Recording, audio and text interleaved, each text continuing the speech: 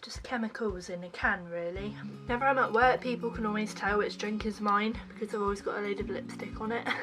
Whenever we're like, whose coffee's that? Whose coffee's that? Oh, must be Beth's. I'm back. So I've been meaning to film this for ages, but I just haven't yet. I've either forgotten or haven't had time, or I've done other videos. I don't really know, but I'm sorry. I thought that I would talk about my tattoo and piercing journey. As you can see, there are 2 on display here, but you can't actually see any of my others ever, really, because they're easily covered up. It's just really hot in my house today, so I'm wearing a little crop top. No, can you see my bra in this? Oh, you can. Oh well. So for years and years and years, I always knew that I wanted tattoos done, but I didn't know what I wanted. Like, I had some ideas, I had some little like boards on Pinterest of tattoos I wanted to get, but probably ever since I was like 15, 16, I knew that I wanted to get them. I wanted things like dream catchers and little butterflies and stuff at first, but my style has changed a lot since then. A lot of my family don't agree with them particularly. They don't really like the fact I have them. My dad in particular, he really doesn't like them. Like, he doesn't like anything like coloured hair, tattoos or piercings. Sorry, Dad. And my mum, she's always said, you know, please don't get them, but she's kind of gone, you're just gonna get them anyway. So she's like, as long as there's nothing offensive or nothing horrid or massive, then she doesn't mind as much, really. So I'll start with tattoos first. So most of mine, I've got 8 altogether now, most of mine have been done by the same guy, and his name is Tom Harris, and he used to work at Black Sheep Tattooing, which was right near the pub I used to work in, so I used to pop over there in my breaks. But he's recently opened his own studio in Parkstone called the Rising Tide Tattoo Collective.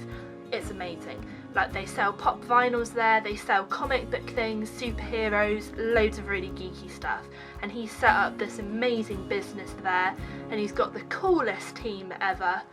It just sounds really fun. So on my 18th birthday, it was also the day I had my last A-level exam, my media exam. It was also the day I got my first tattoo. A lot of people don't like this one, but I think it's cute anyway. I like Star Wars, I like little geeky things, I like little cute things, so I just said, Tom, I've heard a lot about you. Like, he was an apprentice at the time, it was like £40 an hour. So I said, can you do me an Ewok, please? And I've always liked Ewok, so I got a little cartoon Ewok, and I called him Eddie. So this is little Eddie. As you can see, he's fading quite a lot now, so I definitely need to get him touched up, but I still think he's really cute. But you can tell that that's quite an old tattoo now. A week after that, I'd really liked them, and I kind of went, hey, I'm 18 now, I can get tattoos whenever I want. Literally a week later, I got Steve the Stormtrooper. So I got Tom to draw up a little cartoon Stormtrooper, and I had that done, and an hour later I did a long like 8-hour shift at work after with like cling film around my ankle, running around. Had to get it taped on so it wouldn't fly around everywhere. And this is Steve, Eddie's little mate / arch enemy. He's just really cute, like little comic-y, cartoony Stormtrooper. I really like him. But they're buddies, they just go on my ankles and like fight each other. Well, that's what I imagine they do anyway. Sometime after that I got this. It was painful. I love Alice in Wonderland, as I'm sure you've guessed. I love colours, I love art. So I went to Tom, and it was something a little different to what he normally does. But we designed, well, he designed this massive piece which is amazing, and it's all sorts of little bits and bobs from Alice in Wonderland. And people that I worked with, when because I was actually at work at the time, we were just messaging each other about the design. They actually came up with some other ideas on things we could add to it, and so I've incorporated a few of them into it. It was meant to take 6 hours, but because it hurt so much, Tom cut that time down to 1.5 hours, and it was sore. Definitely the most painful one I've ever had. So here it is. See, it seems massive, but I've just got quite a little like side. But as you can see, you've got watercolour like running down.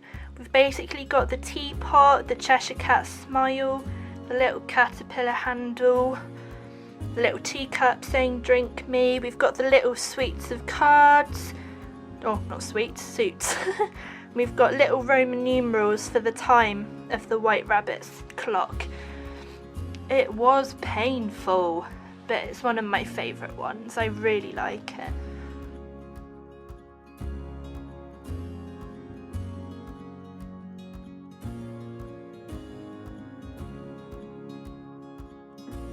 I had my little lucky cat done by Tom a little while ago as well.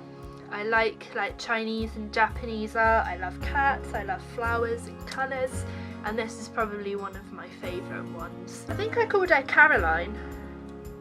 I don't know, a lot of my tattoos have names, but I think this is Caroline. There's little Caroline.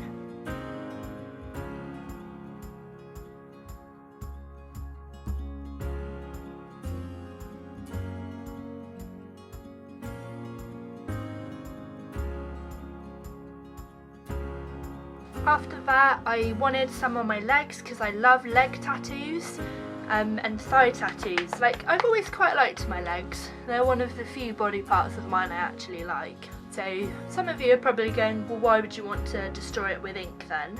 And the other half of you are probably going, oh yeah, you know, leg tattoos are really cool. I bet they look really, you know, really good. And I like the sea, and I like nautical things. I like nature and animals as well.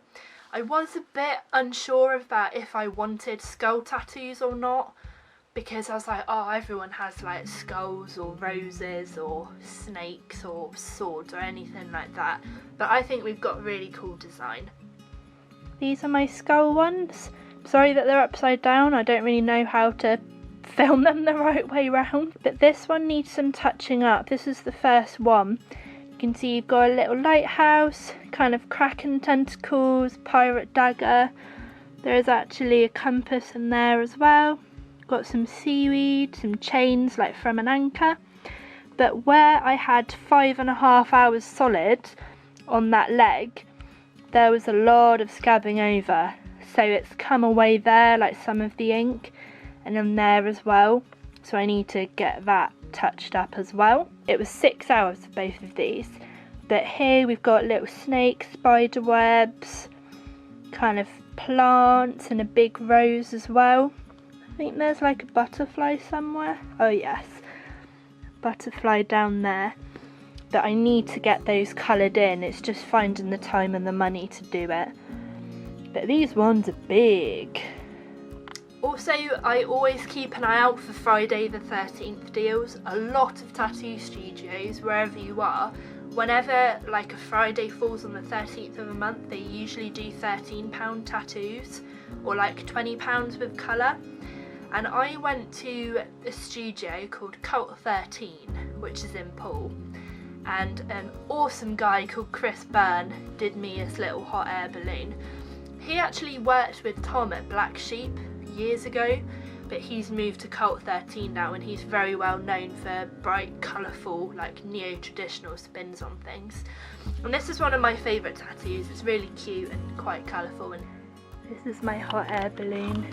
Please ignore the lines from where my jeans have been pressing.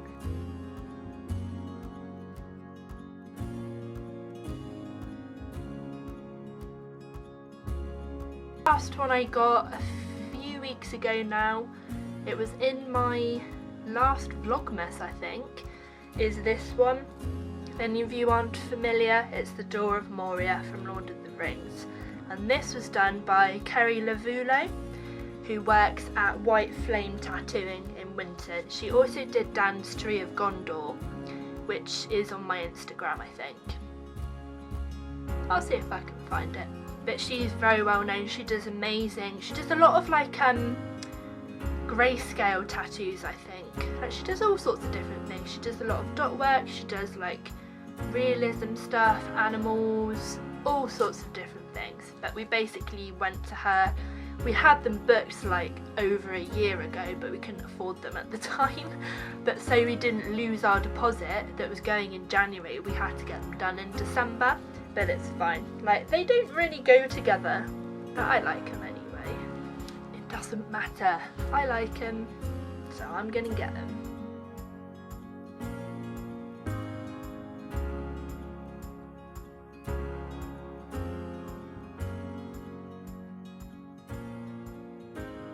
I love this t-shirt.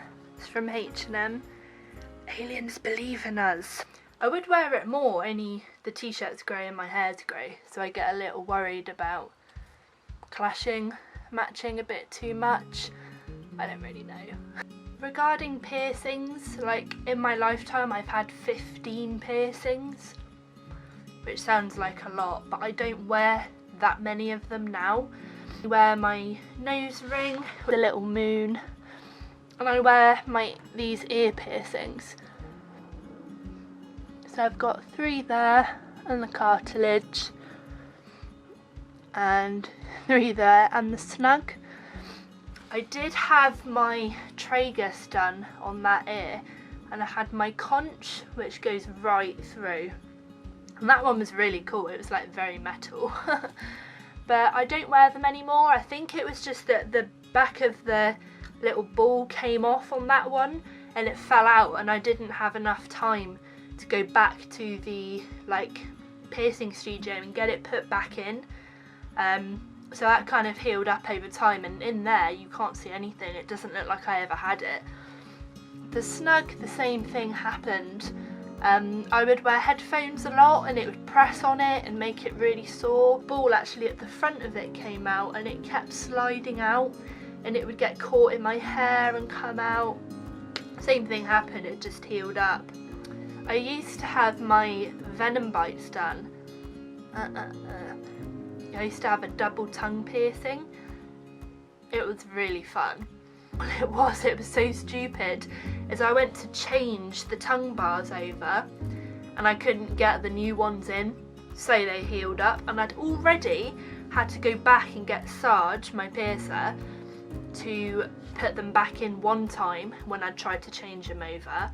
And I didn't want to have to keep going back, because they basically re-pierce your tongue because your tongue heals so quickly, and I didn't want to have to keep going back like, hi, can you change them for me? Hi, it's sealed up again, can you please do it? Because it's really painful. But I do really miss them, but they used to like clunk against my teeth, and it used to freak my mum out. She'd be like, oh, don't damage your teeth. She didn't like them. I also used to have my belly done, but the place I went to, I didn't think about it very well. They didn't do it very well. It's meant to obviously go through the roof of your belly button and out. They didn't. They've just pierced a tiny bit of skin above it. So I've just got this flap of skin that will never heal, because it doesn't sit in there. It like, I don't know, it's really hard to describe, but I've got a deformed belly button now basically because they pierced it wrong.